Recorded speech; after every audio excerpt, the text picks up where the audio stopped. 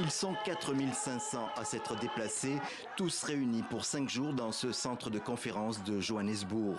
La grosse machine de l'ANC, le Congrès national africain, au pouvoir en Afrique du Sud, est sur les rails. Il s'agit de désigner le président du parti en vue des élections générales de 2024. Et comme le parti reste dominant, cela revient à choisir le futur président du pays. L'ANC a décidé de se mobiliser autour du candidat sortant, Cyril Ramaphosa, 70 ans. Mais c'était sans compter sur l'hostilité du précédent président Jacob Zuma et de ses supporters qui ont réussi à interrompre son discours inaugural.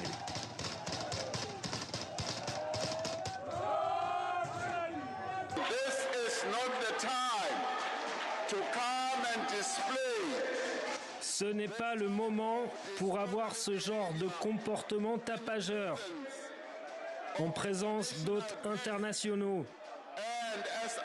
Et alors que notre nation assiste à ce qu'il se passe ici, camarades, cela n'est pas bon signe pour le Congrès national africain.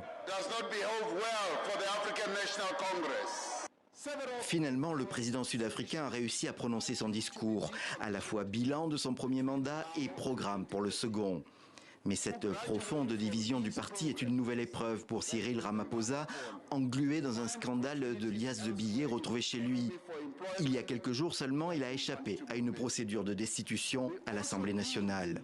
Paradoxalement, il reste encore le favori du parti. L'ANC a besoin de lui pour survivre en 2024 et il a besoin de la protection de l'ANC car il est isolé. Mais aussi, si on regarde plus largement, il reste encore relativement crédible comparé aux autres à l'intérieur de l'ANC.